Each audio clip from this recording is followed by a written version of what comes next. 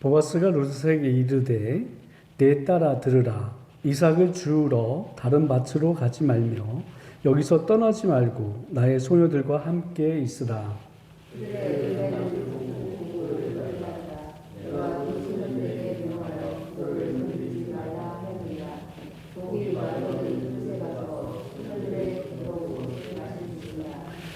룻이 땅에 엎드려 절하며 그에게 이르되 나는 이방 여인이오는 당신이 어찌하여 내게 은혜를 베푸시며 나를 돌아보시나이까.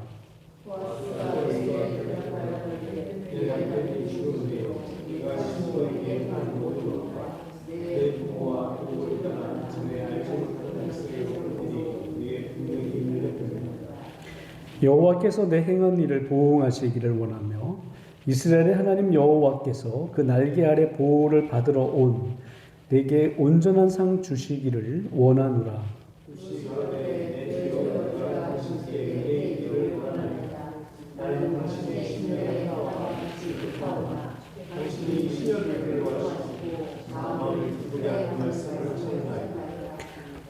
식사할 때에 보아스가 룻에게 이르되 이리로 와서 떡을 먹으며 내 떡 조각을 초에 찍으라. 룻이 곡식 빼는 자 곁에 앉으니 그가 볶은 곡식을 주매 룻이 배불리 먹고 남았더라.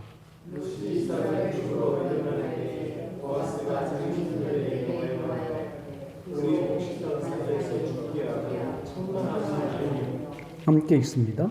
또 그를 위하여 줌에서 조금씩 뽑아 버려서 그로 죽게 하고 꾸짖지 말라 하니라. 아멘. 우리는 신앙생활을 하면서 이런 질문을 자주 합니다. 하나님은 어떻게 일하시는가? 많은 사람들이 생각할 때 하나님께서 일하시는 방식이 초자연적인 방식이나 어떤 하나님이 음성을 우리에게 들려주신다거나 그렇게 해서 하나님이 일을 이루어 가신다라고 생각하는 사람들이 종종 있습니다. 그래서 어떤 사람들은 하나님의 음성 듣기 이런 거에 막 도취되어져서 하나님 음성 듣겠다고 또 막 이렇게 나서고 그런 사람들을 어렵지 않게 우리가 보기 되죠. 하지만 성경을 보면 하나님은 그런 일을 통해서 때때로 일을 하시기도 하지만 대부분은 하나님은 사람을 통하여 일을 하십니다. 사람들이 놓치는 게 제가 때때로라고 했습니다. 왜냐하면 하나님의 일하는 방식을 우리의 언어로 제한할 수 없기 때문에 그래요. 우리가 어떻게 하나님이 일하시는 방식이 이렇다라고 단정할 수 있겠습니까? 우리 한계를 넘어서는 분이시죠. 그러니까 일반적으로 하나님이 그런 거예요. 그런 부분이 안전합니다. 이를테면 우리가 여기에서부터 음성 행정복지센터까지 가려면 어떻게 갈 수 있는 길이 있을까요? 가는 길은 많습니다. 버스 타도 되고, 내 차 가지고 가도 되고, 걸어가도 되고, 뛰어가도 되고, 기어가도 되고. 가는 길은 많습니다. 얼마만큼의 시간이 걸리냐의 뿐이지, 가는 길은 많죠. 또 어떤 사람은, 아니야, 난 그렇게 가기 싫어. 나는 좀 재주가 있어서 거기에 외줄 타기로 갈 거야. 그래서 여기서부터 거기까지 외줄 타기로도 갈 수 있습니다. 근데 어떤 사람들이 가려면 외줄 타기로 가는 게 제맛이지. 외줄 타기로만 가야 돼. 라고 얘기를 한다면 그거는 틀린 거죠. 근데 어떤 사람이 외줄 타기로 갑니다. 가는데 외줄 타기로만 가야지 된다고 또 주장을 해요. 근데 어떤 사람은 외줄 타기로만 가는 사람이 있어요. 어떤 사람일까요? 외줄 타기를 잘하는 사람. 그거 잘하는 사람은 안 넘어지고 갈 수 있겠지요. 근데 외줄 타기를 안 타봤어요. 그런 사람은 외줄 타기 가기가 어려운 겁니다. 떨어지겠지요. 하나님이 우리가 이해할 때에 우리는 하나님께서 일하시는 방식이 어떻습니까? 라고 얘기할 때 하나님은 사람을 통하여서 일하십니다. 라고 하는 것이 제가 볼 때는 정답입니다. 일반적으로 하나님이 그렇게 일을 하시니까는요. 저는 그리고 여러분들도 일반적인 사람의 부류에 우리는 들어가니까는요. 우리가 특별히 외줄타기를 잘하는 사람은 아니잖아요. 그리고 혹 외줄타기를 잘한다 할지라도 외줄타기에서 가다가 넘어질 수도 있죠. 그거보단 외줄타기에 내 인생을 거느니 차라리 그냥 안전하게 나는 가겠다 하는 것이 지혜로운 것이지요. 그러하기에 우리는 하나님이 일하시는 방식은 사람을 통하여 일하신다는 것에 우리는 시비를 걸지 않습니다. 하지만 개중의 사람들은 시비를 거는 사람들이 있거든요. 아니다. 하나님의 음성으로만 들어야 된다. 아니다. 하나님께서 초자연적인 방식으로 하나님께서는 역사하신다. 라고 하는 개중의 사람들이 있습니다. 잘 알려진 하나가 있지요. 어떤 신자가 홍수가 났어요. 그래서 이 사람이 지붕 위에 올라가서 기도를 했습니다. 하나님이 직접 저를 구원해 주세요. 그리고 났는데 홍수가 세차게 왔으니까 집들이 다 휩쓸려 갔어요. 그다가 쭉 보니까 구조대 구조 그런 구명보트 같은 게 쫙 왔습니다. 와가지고 빨리 오라고. 그러니까 이 사람이 아닙니다. 저는요 하나님이 직접 구해줄 거예요. 그냥 가세요. 가지고 그 사람을 내보냈어요. 그리고 나서 이 사람이 꼴깍꼴깍 하니까 헬기가 그다음에 나중에는 한참 있다가 헬기가 와가지고 이 사람에게 그 구명보트 같은 거를 쭉 내려가지고 이 사람 올라오라고. 그랬더니 이 사람이 아닙니다. 저는요 사람의 손길이 필요 없습니다. 하나님이 저를 직접 구해주실 겁니다. 하면서 그것도 보내버렸어요. 그리고 나서 이 사람이 죽었습니다. 죽어가지고 예수님을 믿었으니까 천국에 갔죠. 가가지고 하나님한테 따졌습니다. 하나님, 내가 그렇게 하나님한테 기도했더니만 하나님은 어찌 나를 구해주지 않을 수 있습니까? 내가 구해주셔야 되는 거 아니에요? 하나님 말씀하고 위배되는 거 아니에요? 라고 얘기를 했어요. 그때 하나님이 이렇게 말을 했습니다. 내가 너한테 구조대 보냈잖아. 구조대 보내고 배도 보내고 헬기까지 보냈잖아. 근데 네가 거절하는데? 너 그래서 온 거야? 라고 하는 이런 이야기가 있습니다. 누가 만든 얘기겠지요. 근데 이 얘기를 통해서 우리가 알 수 있는 건 뭐냐면, 하나님은 사람을 통하여 일하신다. 하나님께서 사람과의 만남, 접촉, 어떤 그 사람이 준 호의, 배려, 이런 거를 통해서 하나님께서는 분명 일하신다라고 하는 이 사실인 겁니다. 오늘 본문도 그것을 우리에게 들려주고 있어요. 하나님은 절망 속에 있는 한 여인, 이 룻을 살리기 위해서 한 사람을 보내셨어요. 홍수 후에 생명을 살리기 위해 구조대를 보내듯 절망 가운데 있는 한 여인에게 하나님께서 한 사람을 보냈습니다. 그게 바로 보아스입니다. 보아스는 단순히 착한 사람, 그리고 돈 많은 사람이 아닙니다. 하나님이 준비하신 사람이었어요. 바로 그런 은혜의 통로였던 거지요. 하나님은요, 사람을 통해서 다른 사람을 살립니다. 사람을 통해서 한 사람을 새롭게 세우기도 하시는 거예요. 아브라함을 통해서 하나님께서 민족을 살리셨고요. 하나님께서 요셉을 통해서 그의 가정을, 그리고 그의 민족을 구하셨고요. 모세를 통해 이스라엘 민족을 또 살려내셨습니다. 하나님은 한 사람을 통해서 가정을 살리시고 교회를 세우시고 한 영혼을 일으켜 세우세요. 보아스는 그런 중에 한 연약한 사람을 바라봅니다. 그 여인이 바로 룻인 거지요. 이 룻은 룻기에서 바라볼 때에 매우 어둡게 시작을 하게 됩니다. 흉년을 피해 모압으로 떠났던 나오미의 가족. 이 가족은 그곳에서 나오미의 남편 그리고 그의 아들 둘을 잃습니다. 결국 나오미와 룻은 아무것도 가진 것 없이 베들레헴으로 돌아옵니다. 앞날의 소망도 그들을 지켜줄 보호자도 어떤 것 하나 없이 막막한 상황 가운데에 놓여 있었어요. 룻은 이 베들레헴에 도착하고 난 이후에 하루도 엉덩이에 바닥에 붙일 시간도 없이 남의 밭에 나가 이삭 죽기를 해야 하루 하루를 해결할 수 있을 정도로 절박한 상황 가운데 있습니다. 그래서 이삭을 죽으러 나가는 거예요. 그녀는 과부였습니다. 남편을 잃은 여인이라는 거죠.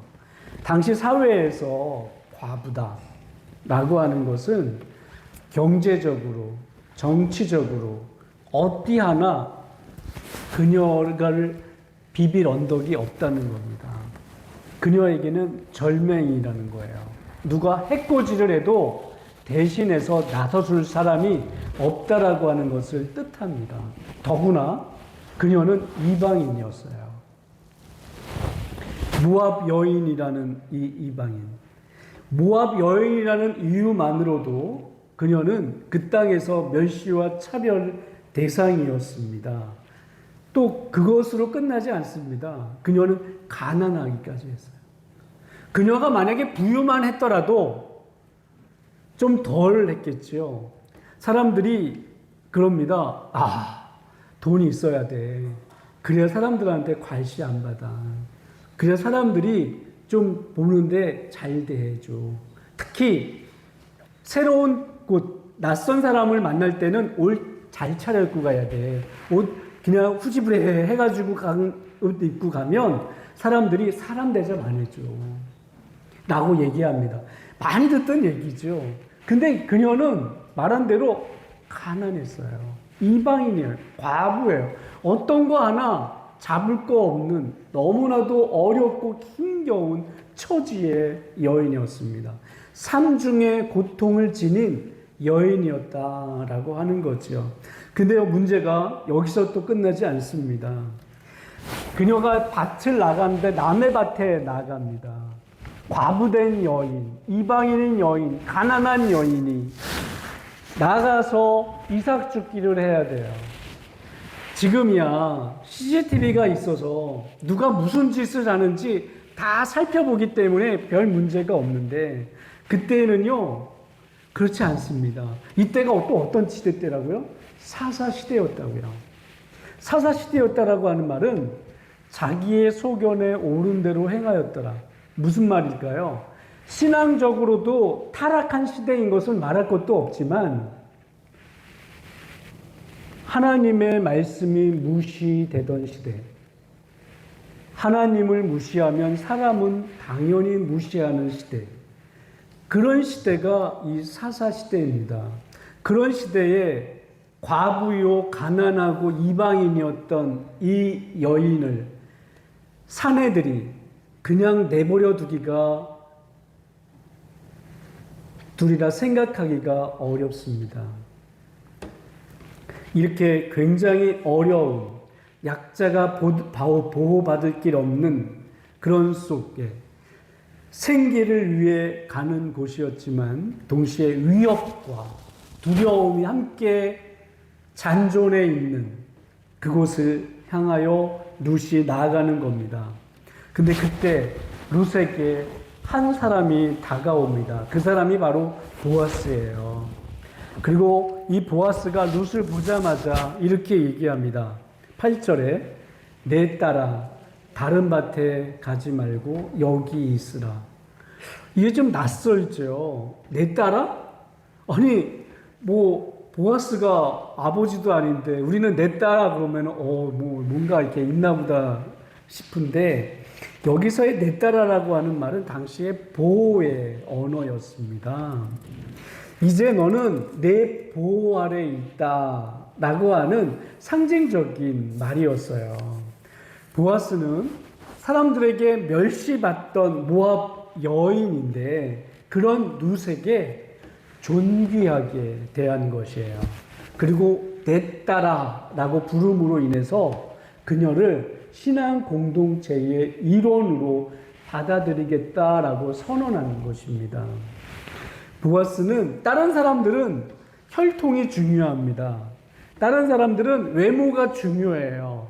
그것으로 사람을 판가름하고 사람을 이렇게 가릅니다. 너는 내 편, 너는 외모가 다르니까 다른 편 나누는데 보아스는 그렇지 않습니다. 그녀가 오직 신앙을 위하여 왔다라고 하는 얘기를 듣고 그는 그녀를 신앙의 한 사람으로 우리 신앙의 공동체의 일원으로 받아들이는 것이에요. 여러분, 사람을 살리는 것은요, 거창한 능력에서 나오지 않습니다. 어떤 낯선 사람을 바라볼 때에 그 사람을 구하는 일은 특별한 일로 인해서 일이 이루어지지 않습니다. 시작은 항시 따뜻한 말 한마디에서 시작이 되는 거예요. 하나님은 우리에게 오늘 묻습니다. 너는 다른 사람을 살리는 말을 하고 있느냐? 아니면 죽이는 말을 하고 있느냐? 사람들 가운데에는 꼭 말을 해도 기분 나쁘게 하는 사람들이 있어요. 참 힘듭니다. 그러면 사람을 힘겹게 하는 거예요. 근데 어떤 사람은 같은 말을 해도 사람을 아주 이렇게 업되게 하는 사람들이 있어요. 그러면 그 사람 곁에 같이 가고 싶고 그 사람이 그냥 좋은 것이지요. 하나님의 역사의 시작은 여기에서부터 출발을 합니다. 우리의 말에서부터.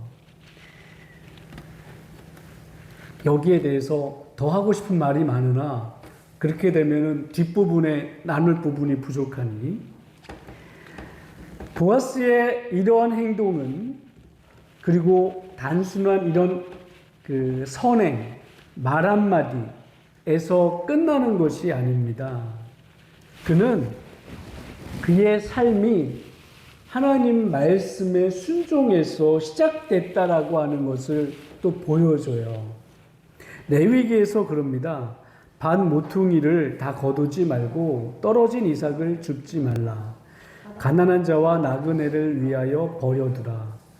이 보아스가 어려운 사람들에게 자기의 밭의 일부를 어떻게 보면 떼주고 자기가 그 수확을 걷지 않는 것은 이 사람이 양심 좋은 사람, 선한 사람이어서가 아니라 하나님 말씀에 순종하는 사람이어서 그래요.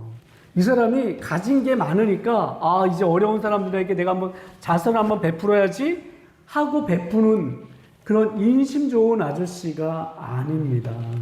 하나님의 말씀대로 살려가려고 무던히 애쓰는 사람이었던 거예요. 오늘도 하나님은요, 말씀대로 사는 사람, 하나님의 마음을 아는 사람을 통하여 일하세요. 하나님이 일하실 때에는 그런 사람을 통해서 일하시는 거예요. 또 보아스는 룻에 대한 감정이나 동정으로 끝나지 않고요. 행동으로 도웁니다. 8절에서 이렇게 얘기해요. 다른 밭에 가지 말라 라고 얘기하고요. 그러면서 다른 밭에 가지 말라라는 말을 통하여 이 사람이 룻을 보호하고 있다는 것을 우리가 알 수 있고요. 목마르면 물을 마셔라 라는 말을 통하여 이 사람이 진심으로 그럴 수 없는 처지의 여인이거든요. 내가 목마르니까 나 물 마실래. 이럴 수 없어요. 그 주인의 것이기 때문에. 그리고 이리로 와서 떡을 먹으며 내 떡 조각을 초에 찍으라 하고 식사를 초대합니다. 이거는 관계를 회복하겠다라고 하는 의미예요. 왜 식사에 초대하여 함께 하는 것이 그 관계를 맺는 것이냐 하면은 왜 식사를 초대해서 같이 맺는 것을 우리는 환대라고 그럽니다. 그러니까 호스피탈러티라고 그러죠.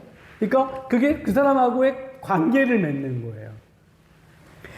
단순히 식사 한번 함께 했네? 이거를 말하는 게 아니거든요.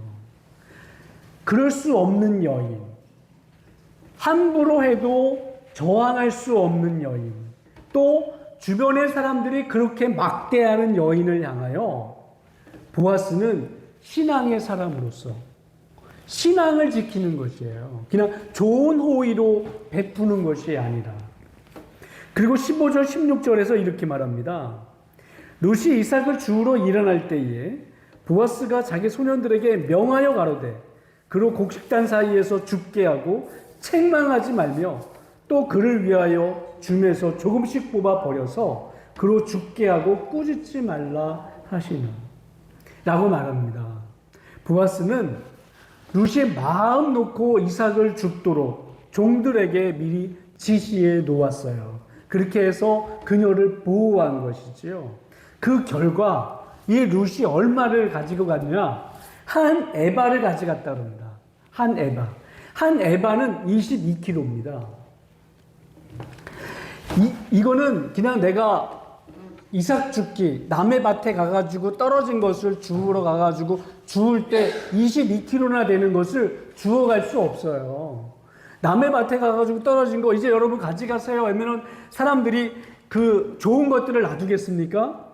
좋은 것들은 다 먼저 다 어떻게 창고에 들이지는 어떻게 하잖아요. 그리고 어떻게 보면 먹기 좀 모한 거, 팔기 좀 모한 거, 이런 것들만 놔두죠.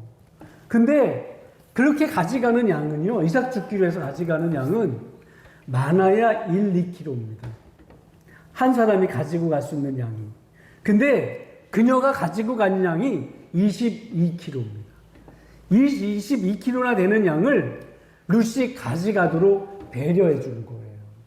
이거는 룻이 야 오늘 참 운수 대통한 날이네. 땡 잡았다.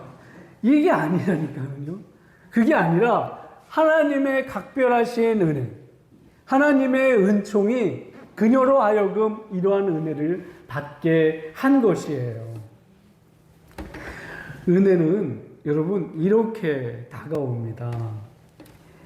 어느 날 갑자기 누군가 나를 돕습니다. 열리지 않던 문이 열려지고요. 예상하지 못했던 일들이 잘 풀려나갑니다. 그때 우리는 생각하죠. 야, 하나님께서 이렇게 나한테 은혜 주시는구나. 이렇게 생각될 때가 있지요. 하지만 단순히 하나님께서 보아스 한번 너 그래 어렵게 살았으니까 보아스 아니 룻 너 내가 고생했으니까 보아스 옆에 붙여줄게 해서 붙여준 얘기라면 아마 룻기라고 하는 것이 성경으로 기록되지 않았을 겁니다. 우리는 여기서 더 깊은 질문이 들어가는데 뭐냐면 왜 하나님은 보아스를 룻 옆에 두게 하셨을까?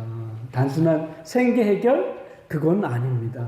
룻기는 단순한 효부 이야기나 가난한 여인의 인생 역전 스토리가 아닌 것이에요. 하나님의 구속사가 흐르는 복음의 이야기입니다.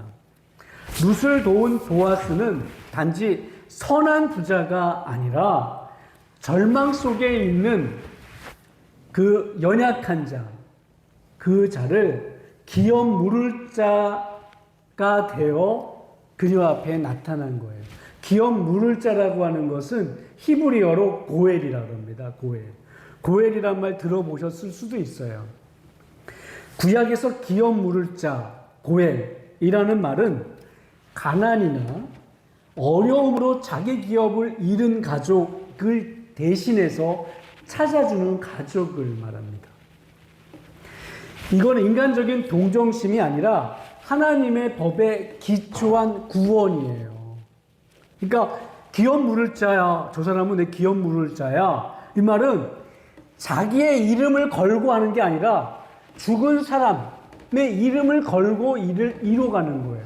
자기 재산은 다 거기에 쏟아붓지만 자기의 명예는 드러나지 않습니다. 그 죽은 사람, 이를테면 엘리멜렉 가족이잖아요. 엘리멜렉의 이름으로 일들이 이루어지는 거예요. 그러니 누가 자기 재산 다 들여서 그 사람을 구원하는데 자기의 이름을 내세울 수조차 없는 그 일을 누가 하겠습니까? 누구도 하지 않으려고 할 거예요. 아니 그 일을 왜 내가? 아니 이거 돈 되지도 않고 고생은 고생대로 다 하는데 그 일을 내가 왜 안 하지? 나중에 보겠으나 기업 물을 자가 보아스 말고 더 앞선 사람이 있었지요. 근데 그 사람은 뭐라 그래? 난 안 해, 난 안 해, 난 안 해. 왜? 그렇게 안 하거든요. 더구나 이때가 언제라고요? 신앙이 잘 유지되던 때가 아니라 사사시대라고요. 여길 보고 저길 봐도 하나님 말씀대로 살아가는 사람이 없더라고요. 그러한 때에 사람이 어떻든지 간에 나는 기업 물을 자의 책임을, 나보다 앞선 사람이 있지만 그 사람이 안 하겠다고 하면 내가라도 나서서 하겠다 라고 해서 나오는 것이 지금 보아스라니까는요. 그러니까 지금 이 보아스는 단순히 인간적인 감정을 넘어선 하나님의 법에 기초하여 이를 이루는 겁니다. 그래서 레위기에 이렇게 말하고 있지 않습니까? 토지를 영영히 파지 말 것은 토지는 다 내 것임이라. 만일 너희 형제가 가난하여 기업 얼마를 팔았으면 그 근족이 와서 동족에 판 것을 물을 것이요. 이게 기업 물을 자 고에 대한 성경 말씀의 내용인 것이에요. 그래서 그는 기업 물을 자로서 자신의 것을 다 희생하면서까지 이 가정을 회복시켰습니다. 그러나 이건 단순히 보아스가 한 가정을 회복시켰구나 라고 하는 가정사의 복원에 대한 이야기가 아니라 큰 구속의 모형을 우리에게 보여줍니다. 보아스는 장차 오실 예수 그리스도를 예표해요. 궁극적으로 이 보아스는 궁극적으로 예수 그리스도를 지향하여서 알려주고 있는 그림인 것이에요. 보아스가 값을 지불하고 룻과 나오미의 회복시켰듯이 예수님은 자신의 피를 값으로 지불하시고 우리를 구원하셨습니다. 보아스가 한 가정을 세웠다면 예수님은 무너진 인류를 회복하시고 하나님의 나라를 세우셨어요.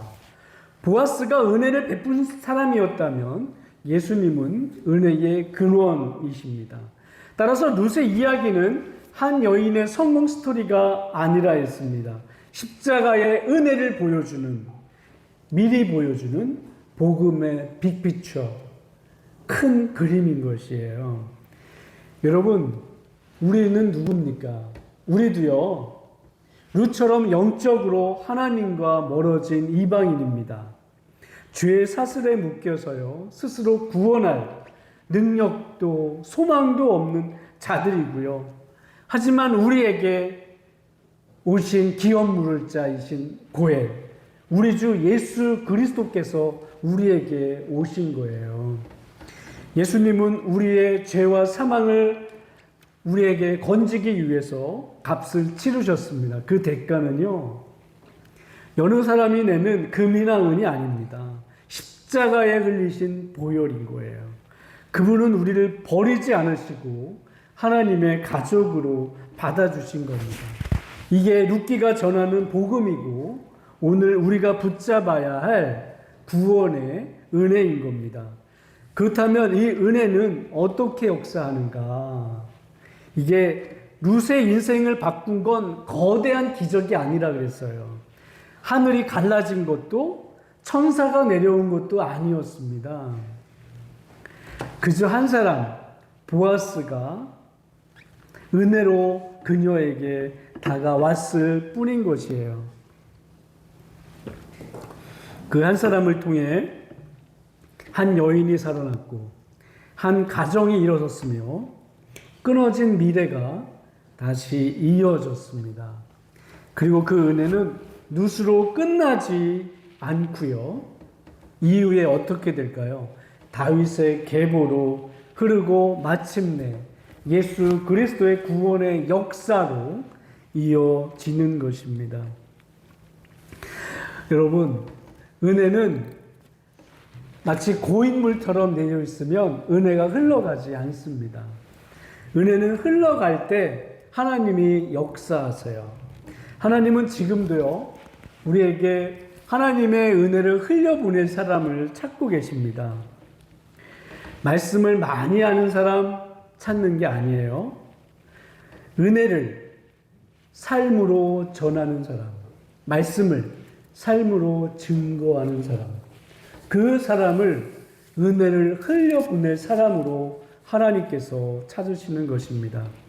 그 사람을 통해 하나님은 가정을 세우시고 영혼을 살리세요. 사랑하는 여러분, 누군가가 나에게 보아스가 되어주기만을 기다리는 신앙을 이제 넘어서기를 바라요.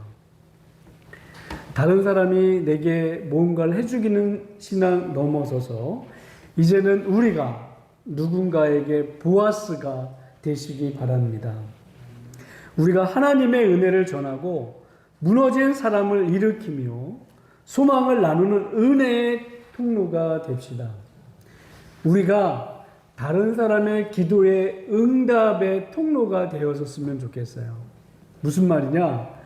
어떤 사람이 하나님 이거 해주세요 하는데 기꺼이 그 은혜의 통로가 되어져서 그 사람에게 그 필요를 나눠주고 그 사람이 하나님이 내가 기도했는데 당신이 그걸 들어주셨군요 하는 그런 사람, 우리 모두가 되어지기를 바랍니다.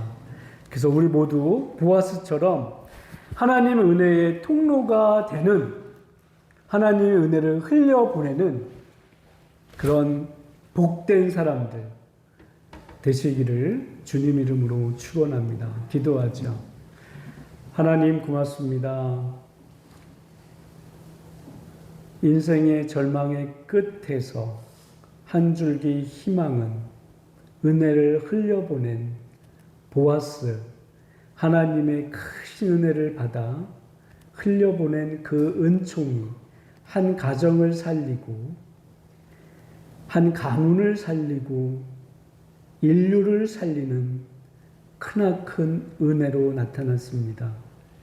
하나님, 누군가 나에게 보아스가 되어 나를 이렇게 도와줬으면 좋겠다 하는 것을 이제 넘어서서 내가 다른 사람에게 보아스가 되어 은혜를 전하는, 은혜를 흘려보내는 믿음으로 살겠다는 다짐이 우리 가운데 있게 하여 주시옵소서. 예수님 이름으로 기도하옵나이다. 아멘.